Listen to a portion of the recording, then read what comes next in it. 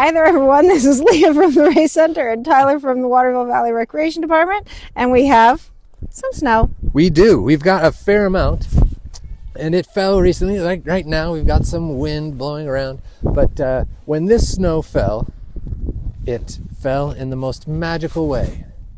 And there might have been some things in the sky, such as cups, columns, crossed needles, skeletal forms, columns, capped columns, snowflakes. These are all snowflakes.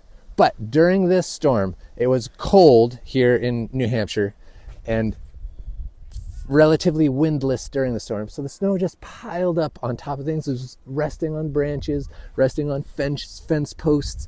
But the forms of the snowflakes were amazing. And in looking, I actually saw one that was 12-sided. Now, it's not really like that because when snowflakes form, it's a very dynamic process. It has to do with the temperature, humidity, wind. It takes about 30 to 45 minutes, actually, for a snowflake to form up in a cloud. And so it's constantly entering different environments. And so sometimes if it's drier, then the snowflake, gets more branches.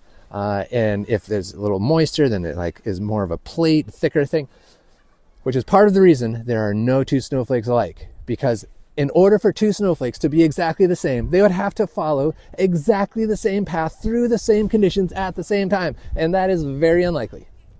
And so they all are just a little bit different.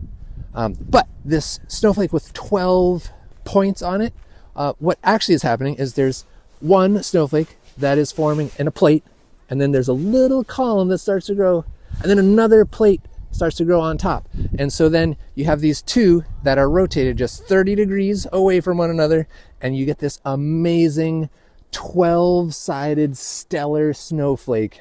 And it's just another reminder that all around, looking right here behind this field, each one of these was on its own special path.